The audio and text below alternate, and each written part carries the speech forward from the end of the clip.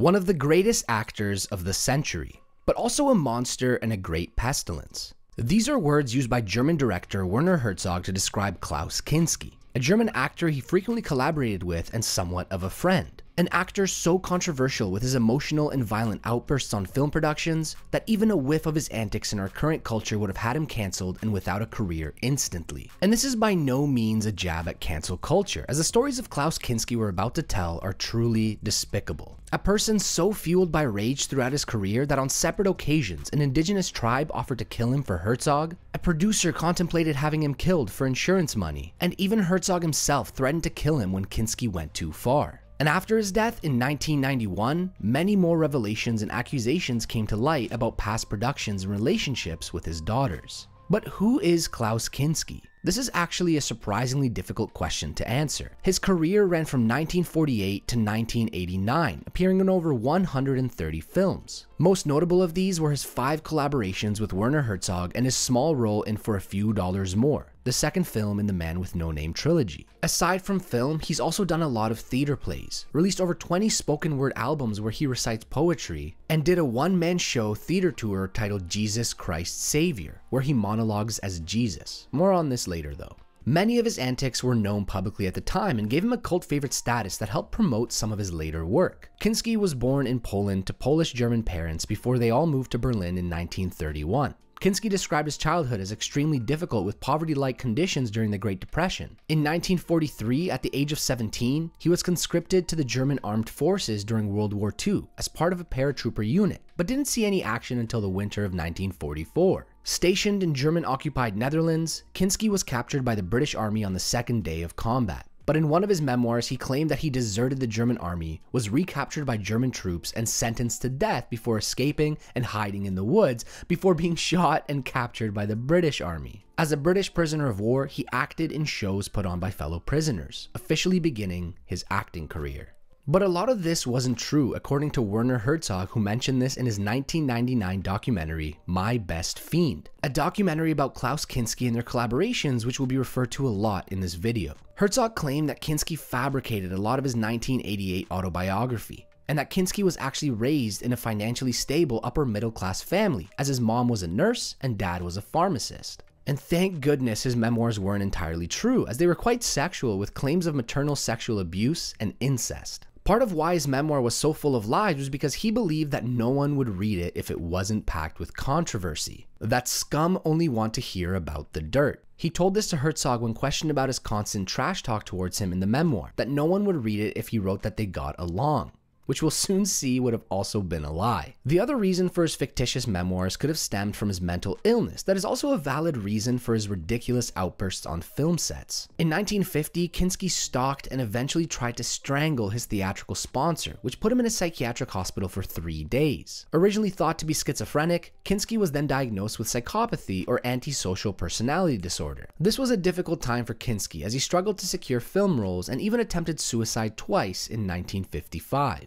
He had much better luck in the 60s and 70s, starring in many European B-movies, or what we now call straight-to-DVD films. His most notable roles in the 60s were small parts in Dr. Zhivago and For a Few Dollars More, where for the latter he took part in after moving to Italy in the late 60s. In Italy, he appeared in many spaghetti westerns, earning quite a bit from them even though his roles were pretty minor. Eventually, he was persuaded to come back to Germany in 1971 to perform the Jesus Christ Savior show in theaters. It was to be a 100-performance worldwide tour, with much of the anticipation for Kinski coming from the reputation he cemented through his spoken word albums. The show would have Kinski recite his 30-page Jesus Christ Savior text that is a modern retelling of the Gospels, where he recites them as if he himself was Jesus. It was Kinski's interpretation of the New Testament, but when performing in West Berlin on November 20th, 1971, things got out of hand quickly. The crowd was hostile, partially due to thinking that Kinski was proclaiming himself as a new messiah. With an audience of 3,000 to 5,000 people, Kinski spent much of his time ranting and cursing at the crowd. Jesus isn't named Kinski, comedian, caviar chewer, champagne guzzler. For 10 marks, you ought to give us more, were just some of the insults from the audience. Kinski quickly dropped his Jesus act as he became an enemy of the theater hall after numerous violent interruptions. Dirty so, vermin, "Shut your traps. Those of you who don't belong to this rabble, throw the others out," were just some of his rebuttals. He even had people come on stage and criticize him as he continued antagonizing the crowd. The show ended with chants of "Kinski is a racist," followed by chaos that needed police intervention to stop the event. Kinski ran backstage, like he did many times during the show, but this time breaking down in tears. Eventually, he continued to monologue for a small group on the side of the stage. This is one of the only times I sympathize with Kinski, a misunderstood performance that would even make headlines in the New York Times as Berliners enraged by actors' portrayal of Jesus. But this sympathy wouldn't last long, as his Jesus Christ Savior tour would be cut short and he'd move on to his first Werner Herzog collaboration, which is a monster of a film production story itself. Werner Herzog and Klaus Kinski made 5 films together: Aguirre, The Wrath of God, Nosferatu the Vampyre, Woyzeck, Fitzcarraldo, and Cobra Verde. It's during the making of these films where the craziest Kinski stories came from because of how well they were documented in Herzog's My Best Fiend documentary. Their relationship dates all the way back to when Herzog was 14 and Kinski was either 29 or 30. Herzog's family was living in one room of a boarding house that Kinski also lived in. They were together in that house for 3 months. Apparently, Kinski filled his room with leaves up to his knees and had constant rampages. When the owner of the house ironed his shirts wrong, he went on one of these rampages, ripping doors off hinges and destroying furniture even though he was being fed there for free. One memory Herzog remembers vividly was when during one of these tantrums, Kinski locked himself in the bathroom for 2 days and destroyed all of the porcelain into pieces so small that Herzog claims you can sift through them with a tennis racket. Another of Herzog's memories was when a critic who saw Kinski in a small role of a play was over for dinner. The critic praised the actor for his performance, saying that he was outstanding and extraordinary. So Kinski thanked him for those kind words. Is what he would have done if he was normal. Instead, he threw 2 potatoes and whatever cutlery he had at the critic and exclaimed, "I was not excellent, I was not extraordinary, I was monumental, I was epochal." With stories like these, it makes you wonder what went through Herzog's head to want to work with Kinski at all. But it all comes down to talent, something that we can't deny Kinski had. When Herzog was 15, he saw Kinski in the war film Children, Mothers, and a General, and was so impressed by the way Kinski acts in a scene where his character wakes up. This scene stuck with him and was the catalyst for casting Kinski in the first place. We'd then go on to get 5 crazy film productions with the 2 of them, some more infamous than others. Everyone who worked on these productions hated Kinski and would almost form a mutiny whenever they heard Kinski was on board for another. It would get to the point where actors took a lot of pleasure in harming Kinski whenever it was called for in a scene. But okay, enough pretext to these productions. We begin with the first film, Aguirre, The Wrath of God, released in 1972. Aguirre, The Wrath of God was an epic historical drama with Kinski in the lead role. He played a Spanish soldier in the 16th century who led a group of conquistadores down the Amazon River in search of El Dorado, a legendary city of gold. Filming took place in the Peruvian rainforest in Machu Picchu and on the Amazon River. It would be a difficult 5 weeks of filming for the cast and crew, and it wasn't because of the environment, but because of Kinski. Kinski calling Herzog to accept the role after receiving the screenplay was the first time the 2 of them had talked since living together. And this call consisted of over an hour of inarticulate screaming before Herzog even realized who it was. Kinski just came off the Jesus Christ Savior tour and was acting like Jesus during filming, answering as a misunderstood Jesus. This misunderstood Jesus quickly turned into a fueled by rage Jesus when things didn't go his way. Right from the opening scene, Kinski already had a problem with not being the center of attention, as Herzog had in mind a very distant shot of them walking into the intro. The 2 of them also argued about how Aguirre, Kinski's character, should be portrayed, with Kinski wanting him to be a wild ranting madman, whereas Herzog wanted him to be more quiet and menacing. Herzog ended up getting his way by intentionally infuriating Kinski before each shot, and then waiting for the anger to burn itself out before rolling the camera. But infuriating Kinski ended up being a simple task for Herzog, as Kinski was always infuriated. There were times when Kinski forgot his lines and looked around for a victim to blame, like a cameraman smiling so he could start a fit. These rants sometimes went on for hours, often yelling inches away from people's faces, usually Herzog's. One time, extras found food near the set, which infuriated Kinski for some reason. So he started flailing his sword around at them, even hitting one of the actors on his helmet extremely hard. Even with the helmet, he suffered a lot of bleeding and would have easily died if he had not been wearing one. In the My Best Fiend documentary, Herzog talked with this actor about how aggressive and cold-blooded Kinski was, and the actor showed that he still had a scar from that hit. Another time, some extras and others were relaxing at night, having drinks in a hut, playing cards, about 45 of them all cramped in it. Kinski became furious with the relaxing and drinking, so he took a gun and shot at the hut 3 times. Luckily, among all the chaos, only a fingertip of an extra was shot off. It could have easily been much worse. The climax of the film's production occurred when a technician made Kinski mad and Herzog refused to fire him when Kinski demanded it. Enraged, Kinski threatened to leave production, packing all of his things in a speedboat and was ready to go. Knowing Kinski's reputation with breaking contracts, Herzog took these threats seriously as a lot of filming was still left. Herzog told Kinski, "You can't do this. The movie is more important than our personal emotions, even more important than our persons, and this can't be permitted. This simply will not be." But Kinski persisted on leaving. Herzog replied with, "If you leave set now, you will reach the next bend of the river, and I will shoot you. We'll have 8 bullets through your head, and the last one is going to be for me." Although Herzog didn't have a gun on him, Kinski took these threats seriously and began shouting for police, calling Herzog a lunatic. But there was no police station within 300 miles. This encounter made Kinski very disciplined for the remaining days of the shoot. The film went on to have poor box office numbers in Germany, but became a cult favorite in Mexico, Venezuela, and Algiers, before getting theatrical releases in other European countries and a US release later that decade. The US and UK loved the film, praising Herzog's vision and Kinski's acting, and it currently sits at a 96% on Rotten Tomatoes. The next 2 Herzog-Kinski collaborations wouldn't be as eventful as the first, but that's not to say they went smoothly. They included his usual tantrums, but nothing went to the extreme. Nosferatu the Vampyre and Woyzeck both released in 1979. The former had Kinski play Count Dracula as the lead, and the latter also had Kinski in the lead role as Franz Woyzeck, a soldier who took a job taking part in medical experiments to earn some extra money. One of these experiments had Woyzeck eat nothing but peas for his diet, and he soon goes insane because of it. This was based on a stage play and not something that Herzog came up with himself.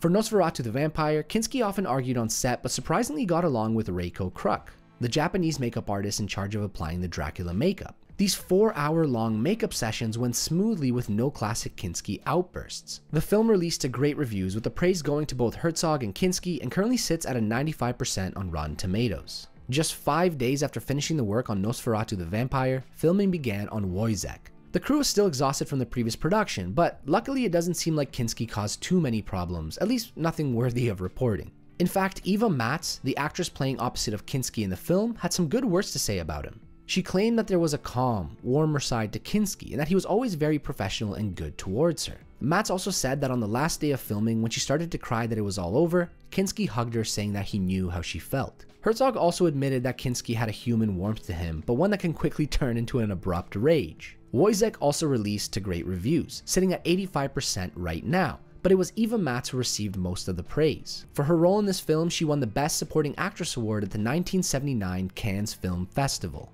After these 2 films, Kinski had the opportunity to play the lead villain role in Raiders of the Lost Ark. He refused the role though, apparently telling Steven Spielberg, "This script is a yawn-making, boring pile of shit and moronically shitty."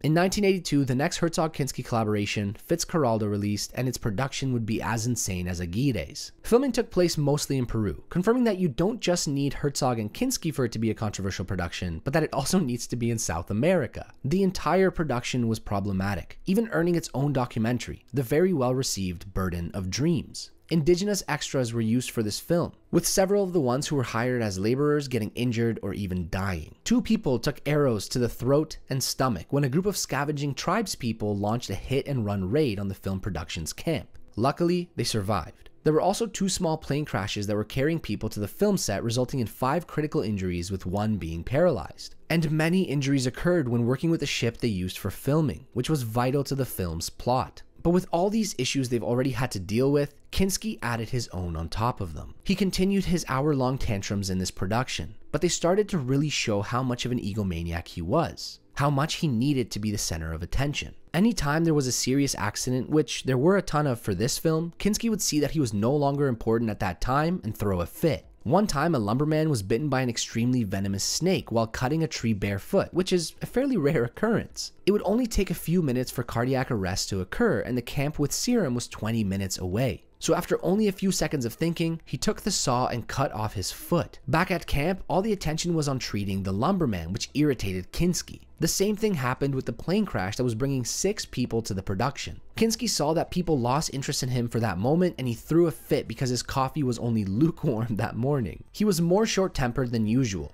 arguing constantly with Herzog and the crew. We even have some of these tantrums well documented in My Best Fiend, where we see Kinski raging at the production manager over trivial things like the quality of food. Although we only see a few minutes of this in the documentary, it went on for much longer. We'll include a link to the tantrum in the description. These tantrums reached a boiling point with Herzog, to which Herzog planned to set Kinski's cabin on fire while he was asleep in it. He said he would have done it, but Kinski's dog outside his hut barked whenever Herzog approached. You might think that this was a bit extreme, but they had a unique relationship, and the feelings were pretty mutual. At the Cannes premiere of My Best Fiend, Herzog said, "We had a great love, a great bond, but both of us planned to take each other out." But some people on the set of Fitzcarraldo were even more serious about taking Kinski out.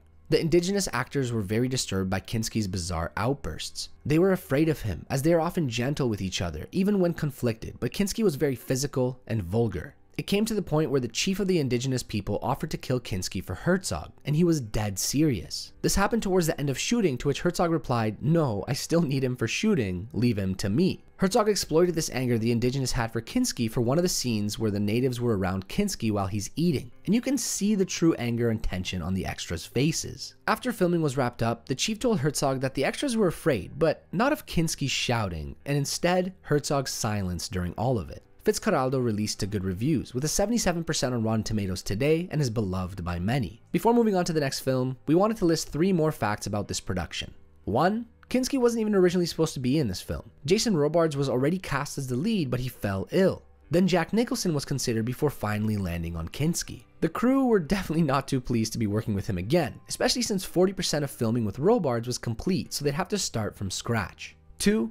Kinski always claimed to be a nature man, to be one with nature. He really hyped up how fascinating the landscapes were where they were filming, but he barely set foot in the jungle, always staying in camp unless needing to film a scene. But one time he went 100 feet into the jungle on his own time, and you bet he brought along a photographer to keep up his nature man persona. And 3, during one of Kinski's rages at Herzog, Herzog went back to his hut in the middle of the tantrum, grabbed a chocolate he was hiding that people on his production would have fought for, and ate it inches away from Kinski's face. Kinski was so confused that his rage fizzled out. Before the final Herzog-Kinski collaboration, Kinski played the lead role in a horror film titled Crawlspace, released in 1986. The production was so full of Kinski's usual antics that director David Schmoller released a short film in 1999 where he described all the issues he had with Kinski. It's definitely worth checking out, sitting at just under 9 minutes, and Schmoller recounts the filming in a very entertaining way. Link is in the description. Crawlspace's lead role was written for Kinski with no one else in mind, but Schmoller had no idea about Kinski's reputation for being difficult to work with. Before filming even started, Kinski already threw a fit over the wardrobe they gave him, so he went out and bought his own clothes, of course charging it to the film and then keeping them afterwards. What a guy. For the entire shoot, Kinski clashed with other actors and crew. Many of these clashes are shown in the short film. By day 3 of shooting, Kinski started 6 fistfights with crew members and caused significant delays to the schedule. Schmoller and the producers agreed that Kinski had to go if they wanted to finish the film, but the distribution company paying for the film insisted that he needed to stay, so they continued filming. On day 4, when Schmoller came to the set, the film's Italian producer had a smile on his face because he figured out how to solve their problem with Kinski. That they would kill Kinski for the insurance money, and he was completely serious about it. Schmoller was worried, so he called the film's American producer with this info, to which the producer replied with, "Bummer." Not actually committing to the plan, on day 5, Kinski found out that they were going to fire him and he declared war on the director. But Schmoller was determined to outlast Kinski since directors quitting on him was fairly common. Soon after, Kinski threw a tantrum, screaming about directors yelling action when starting a scene. Action. So they eventually agreed on saying Klaus instead. A day and a half later, the same tantrum happened, but this time he was screaming, "Klaus, Klaus, Klaus. All my life, directors have called Klaus." But something had to be called by the director to start filming the scene, to which Kinski replied, "Say nothing and he'll start when he's ready." 3 to 4 times a day now, the crew started whispering to Schmoller's ear, "Please kill Mr. Kinski." Everyone reached their breaking point with him, but they still had to endure. Close to the end of filming, Schmoller said cut to finish filming a scene, and the same screaming occurred.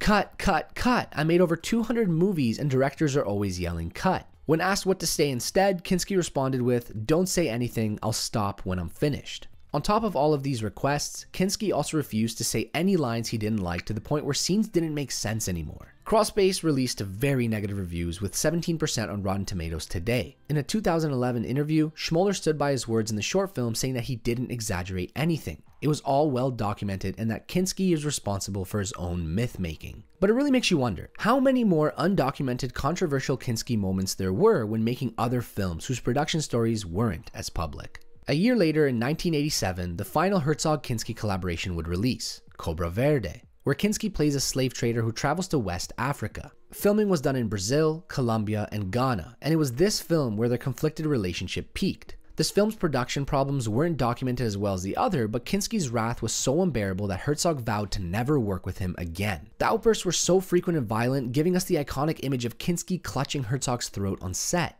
The film's original cinematographer, Thomas March, received so much verbal abuse from Kinski that he walked out on the project. But the film released to great reviews and currently has an 82% on Rotten Tomatoes. In 1989, Klaus Kinski would release his first and only self-directed film, Paganini, in which he also had the lead role as the 19th century devil violinist. Kinski repeatedly asked Herzog to direct the film, but Herzog refused, believing the script was unfilmable, although I'm pretty sure he was just done working with Kinski ever again. Actress Tosca d'Aquino had a miserable experience when making the film. About the production, she said, "I suffered the harassment of Kinski's very difficult nature. Going back, I would not make this film because I suffered a lot. He was a very violent man. I had a complicated relationship, he was bossy, I had bruises." The film released to mixed reviews and would be Kinski's final film of his career. On November 23, 1991, Kinski died of a sudden heart attack at his home in California at the age of 65. Kinski was a cult favorite due to his spoken word albums and some of his on-set antics that were public at the time.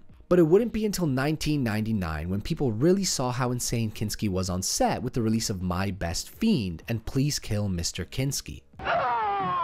For some, these new documented film productions made Kinski even more of a cult favorite, but the glorifying of Kinski after his death was too much for some to handle. Of Kinski's 3 children, only his son Nikolai attended his funeral. Both his daughters Pola and Nastasia were absent, and it wouldn't be until 20 years after his death in 2013 where some new revelations came out that would explain why. Pola Kinski, Klaus's first daughter and also an actress, released an autobiography titled From a Child's Mouth, revealing that her father sexually abused her from ages 5 to 19. She couldn't deal with the praise and worship her father was getting when no one knew the truth behind what kind of person he was. Nastasia supported Pola's claims, calling her brave and saying, "My sister is a heroine because she has freed her heart, her soul, and also her future from the weight of the secret." Nastasia said that her father never sexually abused her, but that when she was 4 to 5 years old, Kinski would embrace her in a sexual manner. She described her father as an unpredictable tyrant, and she always feared him. Klaus Kinski as an actor is a touchy subject with everything that was revealed following his death.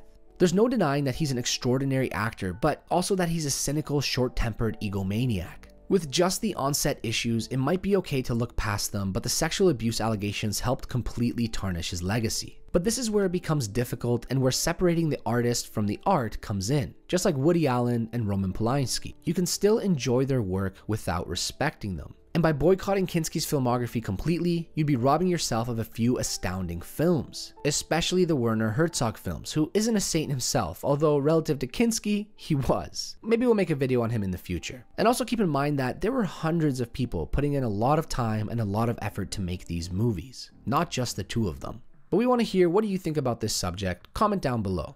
So that's everything. Thanks for watching. We really hope you enjoyed this lengthier video of ours, and trust me, there really was no way to shorten this video because of how crazy the career of Klaus Kinski was. Also, we've officially launched a Patreon for those who want to support us further and gain access to some cool perks. We'll be very active on there and have some awesome ideas for it in the future, but the YouTube channel will always be our top priority and we have a ton of great videos planned. So until next time, have a good one.